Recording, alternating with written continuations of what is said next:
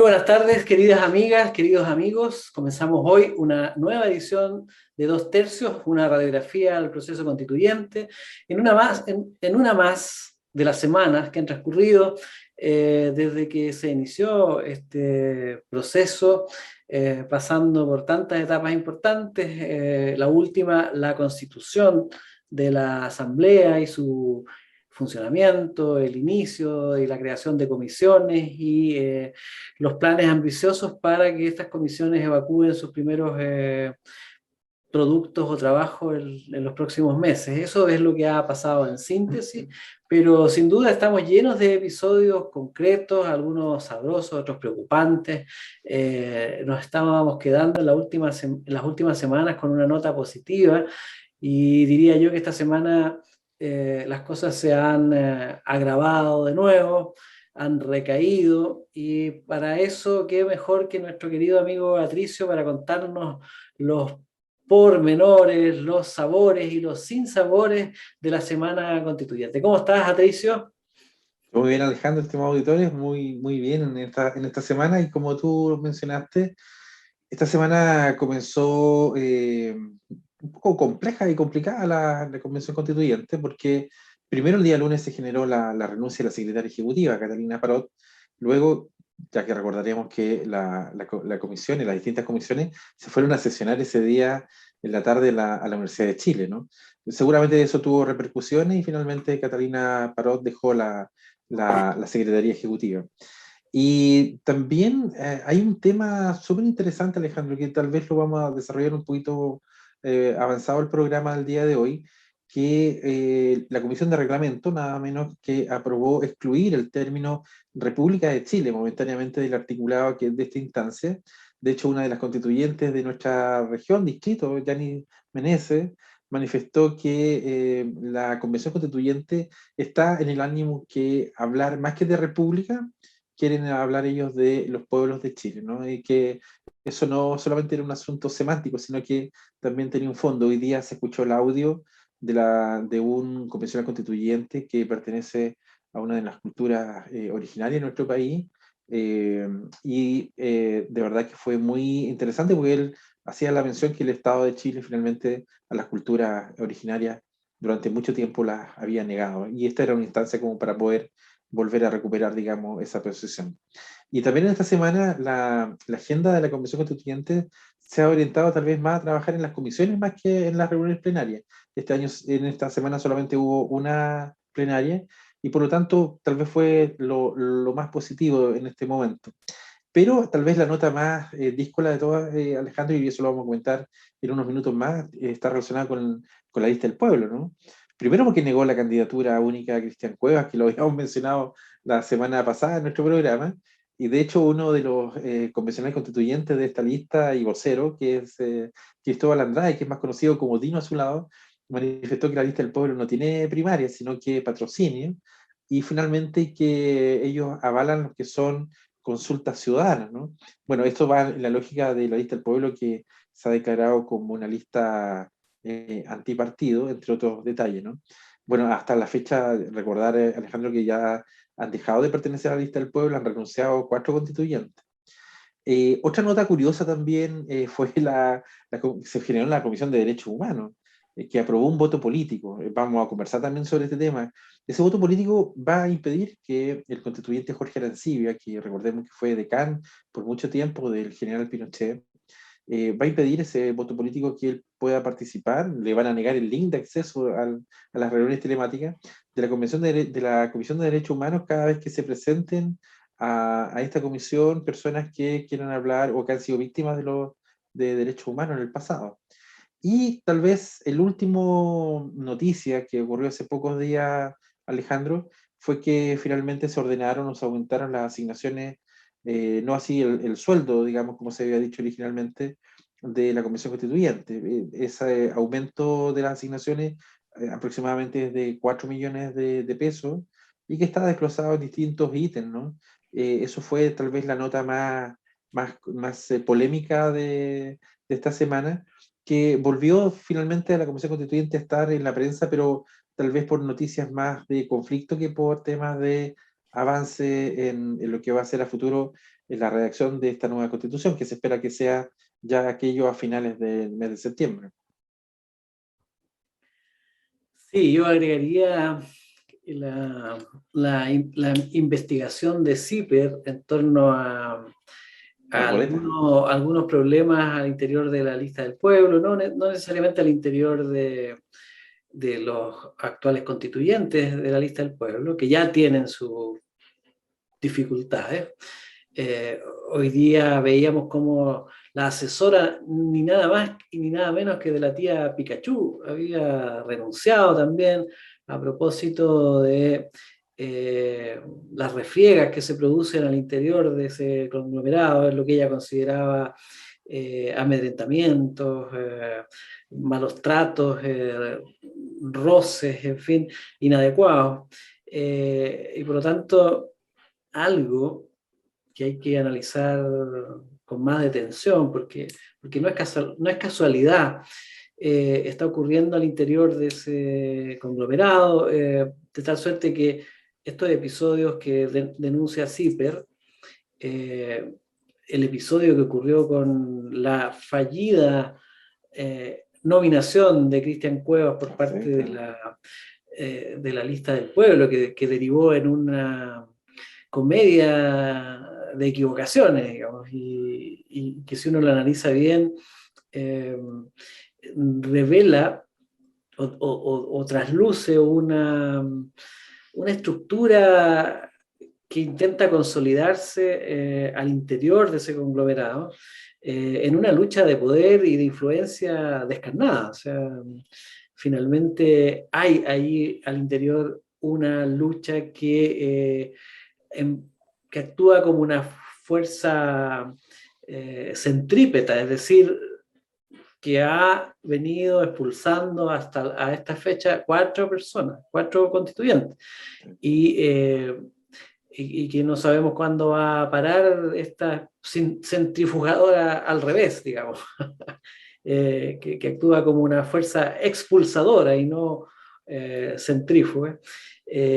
Bueno, eso es lo que está pasando con la lista del pueblo, es interesante analizarlo, puesto que ese conglomerado viene a ser dentro de la Asamblea Constituyente la expresión más atípica de la organización social, ¿cierto?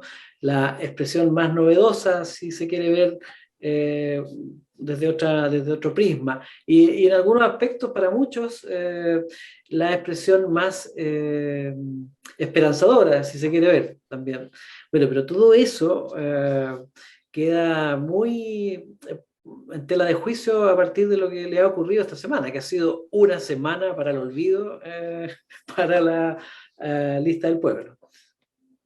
Sí, porque ya se han ido 4 personas y la verdad que cuando ellos han manifestado a través de los medios de comunicación su motivo por el cual ellos se desagregan, digamos, de este conglomerado en el fondo, porque hay que recordar que ellos de alguna manera surgen y ellos se sienten como finalmente los dueños del episodio del 18 de octubre del año 2019 con esas revueltas sociales. También se han declarado como antipartido. Ellos intentan de alguna manera denunciar lo que ha sido las malas prácticas de los partidos políticos y de los políticos durante mucho tiempo. Sin embargo, también asumen de alguna manera ciertas conductas de partidos o de políticos tradicionales, entre ellas el poder de veto muchas veces. Lo que le ocurre a Cristian Cueva fue algo curioso porque finalmente dicen que se deslizó a través de Trascendido que él iba a ser el candidato único y finalmente se desdicen, sale después una coordinadora nacional de la lista del pueblo diciendo que no, que ellos iban a aceptar solamente a aquellas personas que tuvieran una suerte de acuerdo con ellos como conglomerado, y finalmente Cristian Cuevas no se presenta en la segunda oportunidad que le da la lista del pueblo para que sea candidato, finalmente no le interesó.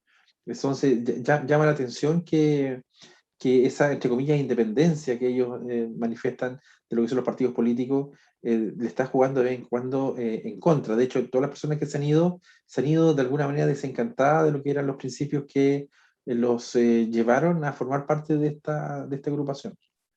Bueno, de hecho, Rafael Montesinos, que es aludido o señalado como uno de los fundadores de la Lista del Pueblo, explicaba hoy día, y ha estado explicando en el último tiempo, por qué Cristian Cuevas nunca fue candidato único a la presidencia de la Lista del Pueblo. Entonces, y básicamente lo que plantea Rafael Montesinos es que la presencia de la candidatura de Cristian Cuevas fue leída por una parte importante de la Lista del Pueblo, comillas, parte importante, no sabemos qué parte es, como una forma de algunos partidos políticos, se menciona entre ellos al Partido Humanista, por ejemplo, y bueno, derechamente partidos de apruebo de dignidad, como grupos que pretenden cooptar, que pretenden de alguna manera absorber a la Lista del Pueblo. Y la candidatura de Cristian Cuevas en ese sentido habría sido una candidatura tapada para propiciar esa absorción, y esa habría sido finalmente una de las razones por la cual la Lista del Pueblo reacciona de esa manera tan contundente, y que vimos a uno de nuestros regalones, ni nada menos que a Dino a su lado, que sacó su corazón de dinosaurio, y nada menos que de un dinosaurio Rex, ¿cierto? Para ponerle la lápida finalmente a las pretensiones de Cristian Cuevas de encabezar esa lista. Hay algo que generó también mucha polémica, lo mencioné recién al principio de esta conversación, que la Comisión de Reglamento, donde hay una cantidad importante de convencionales constituyentes que forman parte de la lista del pueblo, había tomado la decisión, por lo menos en estos primeros documentos que están compartiendo como parte de su reglamento interno, excluir el concepto, el término de República de Chile. Y tenemos que recordar también que cuando en los primeros capítulos de nuestro programa Dos Tercios analizamos íntegramente la visión, la misión y los valores a los cuales adhería esta lista del pueblo, una de las cosas que quedaba muy claro era que ellos hablaban, por vez primera también, de un Estado plurinacional, hablaban nuevamente del tema de la interculturalidad, y hoy vuelve nuevamente a tomar revuelo el tema que ellos, más que hablar de una república, ellos prefieren conceptualizar la idea de los pueblos, más que de la república en Chile. ¿Qué te parece esa distinción, digamos, que entiendo que no es semántica, tiene que ver ya con trasfondos ya de carácter político, Claro. de estructura O sea, del para país? ellos no es semántica, para el resto de la población todavía puede ser algo incomprensiblemente semántico. Claro. Entonces, y bueno, yo diría que ahí hay una eh, confirmación de aquello que veníamos planteando hace rato, que en este escenario hipermoderno, ¿cierto? En este escenario en que los nómades se plantean la desterritorialización, este desmantelamiento del territorio, esta toma de control de los diferentes territorios, no solo territorios geográficos, sino que territorios simbólicos, y escenarios y territorios institucionales, políticos, en fin. Eh, por supuesto que en ese entendido, un concepto antiguo como la república, que no significa otra cosa que el asunto de todos, deja de carecer de sentido, porque ya el asunto no es de todos, sino que es de ciertas vanguardias, ¿cierto? De ciertos pueblos. Y en ese sentido, bueno, es importante, ya que este es un programa exclusivo de educación cívica, para los que no se habían dado cuenta, nuestro programa no es un programa político, es un programa de educación cívica. Entonces, lo que se está planteando aquí es la, por, esa, por esos conglomerados, ¿va? Por los que adhieren a estas ideas, no por toda la Asamblea Constituyente. Es la reasignación de el territorio, de las instituciones y de los asuntos de la población a determinados grupos, con la preeminencia de ciertos grupos, ¿cierto? En este caso, los pueblos. nosotros no nos olvidamos que pertenecemos a un pueblo, ¿cierto? Y a un grupo. Entonces, el pueblo chileno, que trató de construirse por más de 200 años, y a un grupo mayoritario, el de los mestizos, que es una población enorme, que se puede estipular hasta un 70%, tal vez más. No hay tantos indicios. En los últimos censos, la población que se autodenominaba perteneciente a alguna etnia originaria era muy baja. Y sin embargo, hoy día vemos surgir los pueblos, ¿cierto? Por supuesto que hay una carga emocional en eso. Es importante, eh, es importante verlo así, ver como la legítima reivindicación hacia ese reconocimiento, pero también se puede ver como la instrumentalización de ese sentimiento. ¿Y por qué no? En ese sentido, todo es posible en el juego de los tronos, en este caso, en el juego del poder, porque finalmente lo que se ha configurado con mucha claridad y que ha generado mucha controversia en las redes sociales. Uno ya empieza a ver, a propósito de este episodio, del aumento, por ejemplo, de las asignaciones. Sí, sí. Uno empieza a ver un sentimiento de, de censura hacia la Asamblea Constituyente en general, como un cuerpo que replica viejas prácticas que parecía que no se iban a replicar, como la de auto-aumentarse las asignaciones, ¿cierto? Como de ser juez y parte en estas materias. Y en ese sentido, yo creo que ese fue un paso en falso, porque bien podría la Asamblea Constituyente haber buscado otro mecanismo para resolver el problema de la necesidad de recursos adicionales para bien, bien realizar su trabajo. Y en ese sentido, bueno, la Asamblea Constituyente ha entrado en una fase que era previsible, pero de una impostura bastante evidente en esta materia, ¿cierto? No hubo, por lo menos, la lista del pueblo tampoco expresó con mucha claridad su rechazo o objeción al tema del aumento de las asignaciones. De las asignaciones, Y ¿no? eso llama la atención, ¿cierto? Oye, Alejandro, incluso hay una frase que dice una de las constituyentes de la lista del pueblo, no sé si fue Yanis Meneses en realidad, pero fue una de las que más hablan o tienen mayor vocería en la lista del pueblo de las convenciones constituyentes.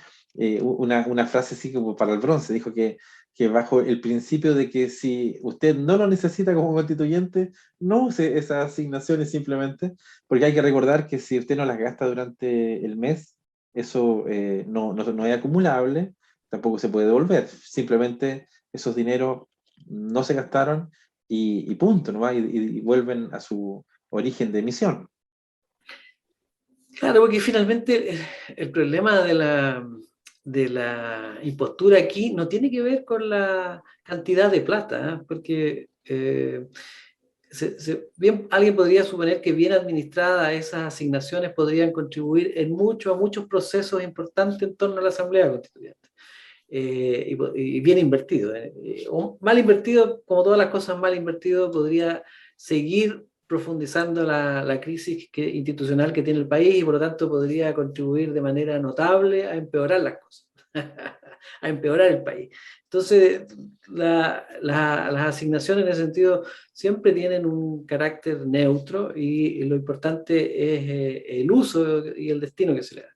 Pero el problema está en que los que se aprobaron, no todos, pero una buena parte, construyó buena parte eh,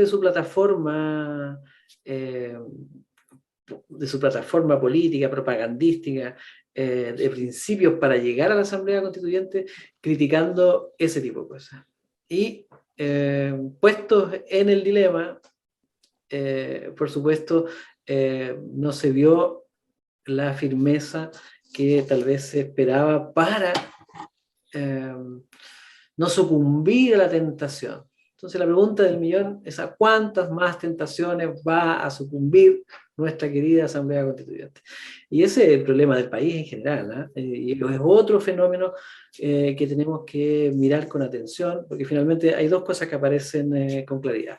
Una, esta lista del pueblo, a la que miramos con mucha atención por ser novedosa, y todo lo que le ha ido pasando en las últimas semanas. Eso necesita una explicación, necesita un análisis. Y lo que ha pasado con el país en general, porque finalmente son demasiados los ejemplos de decisiones que se toman con lágrimas de cocodrilo, así como: oh, yo sé que esta es una mala decisión, pero hay que tomarla. Entonces, esa cuestión ha ido propagándose como un reguero de pólvora, y uno no encuentra en las personas la valentía, ¿cierto? Y la hidalguía moral suficiente como para decir: ¿saben qué? Esto es un deseo, esto es una decisión pésima, hagámonos cargo de nuestras palabras, de nuestra trayectoria, de nuestras promesas. Bueno, todo eso cada vez escasea, y cuando aparece, eh, eh, no solo no se les destaca, no solo no se les aplaude, sino más bien se les ataca y se les funa. Es un fenómeno muy preocupante, y tiene que ver con que nuestra crisis, más allá de ser una crisis política, más allá de ser una crisis eh, eh, económica, tiene todos los requisitos para ser una verdadera crisis moral. Y para los que son inocentes en estas materias, eh, muchas de las crisis históricas son y comienzan y terminan siendo una crisis moral, digamos, la incapacidad de tomar decisiones razonables. Y No, eso sí. parte por ese no solo debilitamiento, sino que esa pérdida de capacidad moral para conducir adecuadamente los asuntos de todos, los asuntos de la República. Sí. Alejandro, yo te quería mencionar dos temas. Uno que, bueno, tú lo acabas de decir, este es un programa que pretende aportar un poco la formación cívica de quienes nos escuchan en realidad. Y en el último tiempo el diario La Tercera hizo como un resumen de lo que finalmente los convencionales constituyentes hablan por estos días en la interna, digamos, de cuáles son sus temas tal vez prioritarios de preocupación. Ya mencionamos uno recién como gran concepto, se habla mucho del Estado plurinacional e intercultural, se habla de la idea de un Congreso unicameral, se está hablando de una remirada a Chile como un Estado unitario, se menciona también una forma de gobierno semipresidencial, se habla de democracia directa, de limitar o dejar en 4 años el mandato presidencial, se habla de los quórums supramayoritarios, también del ingreso mínimo, del Tribunal Constitucional, de un Estado garantista. Son estos tal vez los grandes temas que están preocupando por estos días en el debate en la interna, digamos, que lo está conceptualizando, lo está clasificando, digamos, la prensa internacional. Y a propósito de eso, que son conceptos que llaman la atención, quería hacerte el comentario, porque tú lo mencionaste hace pocos minutos, sobre esas lágrimas de cocodrilo. Me topé ayer, anoche, ¿Con un en un... cocodrilo? No, ojalá hubiera sido un cocodrilo. Me topé con un programa argentino y, oh, y sorpresa, habían connotados economistas chilenos que formaron parte de varios de los gobiernos de los últimos 12 años, ¿no? Pero era un programa argentino que estaban analizando la crisis del coronavirus, digamos, en un paralelo en ambos países. Y ahí llamó la atención que todos nuestros economistas coincidían en un tema estratégico del gobierno actual. Ellos decían que el plan económico de Chile finalmente había sido el plan de vacunación, este proceso de vacunación que estamos llevando para poder revertir y mejorar el tema de que nuestra economía neoliberal finalmente se había incurrido en algo anómalo, digamos, para el concepto del modelo de política neoliberal, que era realizar un enorme gasto público. Entonces, son temas, la semana pasada nosotros estuvimos hablando de economía y tal vez podríamos conceptualizar, dar alguna idea, Alejandro. ¿Qué te parece tú finalmente que en otras latitudes, no en Chile, se reconozca finalmente los economistas que el plan económico nuestro no era entregar bonos más, bonos menos, sino que finalmente era el plan de vacunación. Bueno, es paradójico que en uno de los pocos países del mundo que va en vías del subdesarrollo, como Argentina, sean apreciadas las opiniones de nuestros economistas, cuando aquí eh, no se les aprecia para nada y lo que ya se ha ido volviendo una tónica que las opiniones de los expertos, de los técnicos, de las personas que saben y a las cuales valdría la pena tener presente no importan mucho, ¿cierto? Claro. Lo que importa es el, eh, el, eh, el objetivo de corto plazo de los candidatos, ¿cierto? De los actores políticos, sus cuentas breves, ¿cierto? Sus apetencias inmediatas y el futuro dirá, digamos, después de mí el diluvio, es una frase antiquísima, que refleja el momento que estamos viviendo. En ese sentido, eh, yo diría que la idea económica que mejor representa esta época es el viejo el viejo problema de los bienes comunes o de los bienes públicos o de los bienes que son de todos nosotros. Y en ese sentido, el problema de los bienes comunes parte como esta descripción de la tragedia de los bienes comunes o la tragedia de los comunes, que es la idea de que todo lo que pertenece a todos termina siendo sobreexplotado por una parte, a tal punto que deja de tener valor, se deteriora y finalmente se convierte en un sitio eriazo. Ese es o sea, esa es como la primera imagen del problema de los comunes. Luego,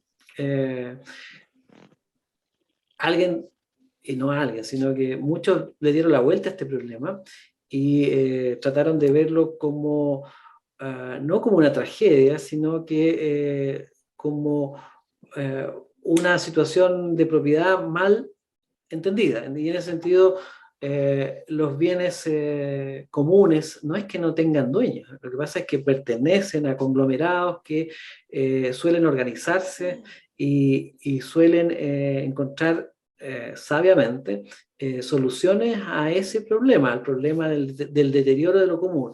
Y en ese sentido, estas soluciones tienen que ver con economías solidarias, pero no como las utopías que se están planteando hoy día, sino más bien lo que refleja eso son el régimen cooperativo, estas soluciones cooperativas de colaboración entre las personas, que llevó ni nada más ni nada menos que a la señora Ostrom a obtener un premio Nobel de Economía, precisamente por darle la vuelta a este problema de la tragedia de los comunes. Y finalmente, eh, hoy día el problema de los comunes o la tragedia de los comunes se ve como la, la, como la, esta disquisición, este camino con dos bifurcaciones en que finalmente